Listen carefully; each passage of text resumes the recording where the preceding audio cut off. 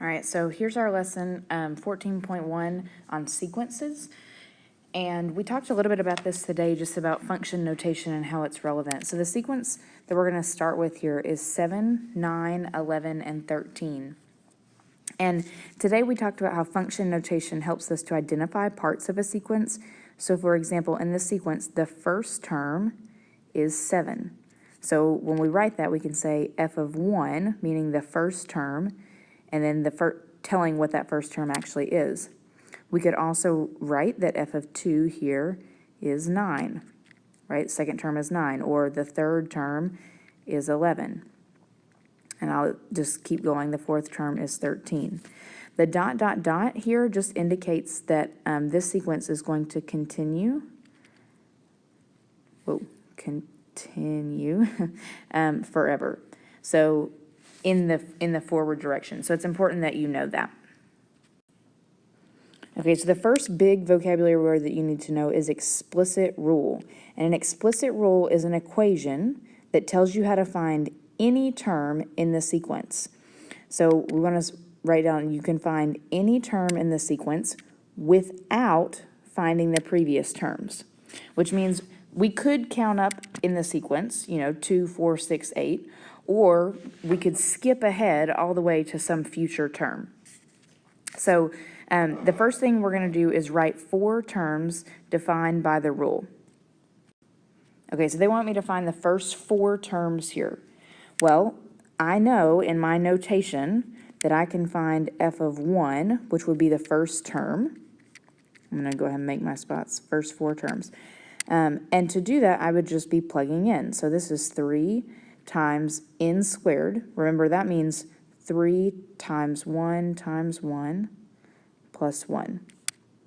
And if I work that out, that's 3 plus 1, which is 4. So the first value that I want to place is 4. All right, and then I'll find the second term by plugging 2 in. So that's 3 times 2 times 2 plus 1.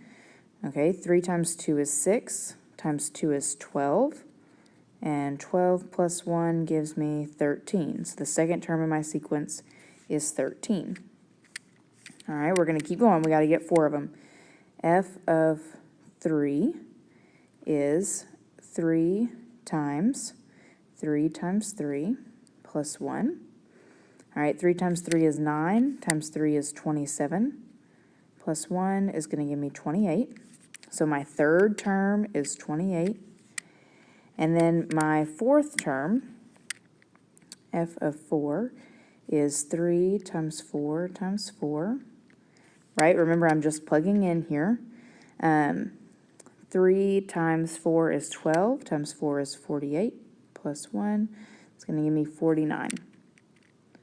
All right, so that's my sequence, 4, 13, 28, 49. And you may just want to take a note. I mean, you should definitely write down how you're doing this, but I would just take a note that to find explicit, you're going to plug in.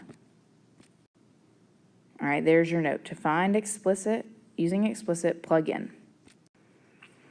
Okay, so if we look at question 4 down there, explain how to find the 20th term. Well, that would have been really easy. You would simply just plug 20 in to work that out. So I'm not actually going to work that out. I just want you to realize that that's how you would find the 20th term. I do want to talk real quick about question 5. It's saying the number 125 is somewhere in a sequence of terms. That means somewhere in my sequence of terms, I'm not sure where, is the number 125. And I want to know what spot is it in. So they give me my rule, f of n equals 3n plus 2. And now I don't know the place, but I know what the term equals. So I'm going to say 125 equals 3n plus 2 and solve to figure out what place that's in. So to solve that, I can subtract 2 from both sides. So 3n equals 123. And then divide by 3, which is going to give me 41, which means that 125 is in the 41st place of my sequence. So you would have to count up that many times to get to 125. Okay, the second type of rule, and this one may take you a little minute to kind of wrap your head around, is called a recursive rule. And a recursive rule relates the terms to one another, specifically to the previous term. So you may want to write down that it is related to the previous term, and it provides a starting value.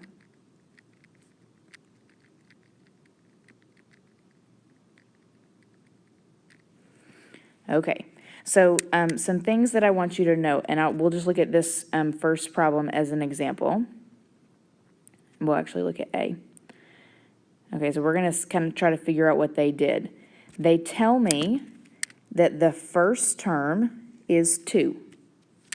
So in my sequence, in my pattern, my first term is 2. Then they tell me this right here is the rule. And what I want you to notice is that f of n minus 1, this whole thing means previous. So that means I could even rewrite that, and you probably should in your notes, that f of n equals the previous term plus 3. So what they've done here, now you can like read this notation. I think some of you may not like this notation as much. But what they're doing is saying f of 2 is the previous term, right? F of 1, the previous term, plus 3. Or you can just look at the previous term and add 3. And then you can look at the previous term and add 3. The previous term and add 3. Now the problem with recursive is that the only way to get new terms is to count up. All right, so if you're trying to find the first 4 terms, that's not so bad. But if they try to ask you to find the 20th term, you better hope to goodness they don't give you recursive, because you're going to have to find everything all the way to 20. You cannot plug in with a recursive sequence. All right, so here's an example where we're going to use recursive to try to find the first 4 terms in a sequence. So the nice thing is, I'm going to go ahead and kind of write our 4 blanks so we can keep track of where we are. The nice thing is I already know my first term. They give that to me because they tell me my first term is 1. So I'm just going to go ahead and copy that down, my first blank. And then they give me this rule to follow, and it says that to find the next term, I do 3 times the previous term plus 2. So to find f of 2, I do 3 times the previous term plus 2. So in this case then, I'm going to get 3 plus 2, which is going to give me 5. All right, so that means my second term is 5. Okay, I'll switch colors so we can keep track. So now I want to find my third term. My third term, my rule says to do 3 times the previous term. This time the previous term is 5 plus 2. Well, 3 times 5 is 15, plus 2 is 17. So my next term is 17. All right, let's try another one. The fourth term is 3 times the previous term, 17, plus 2.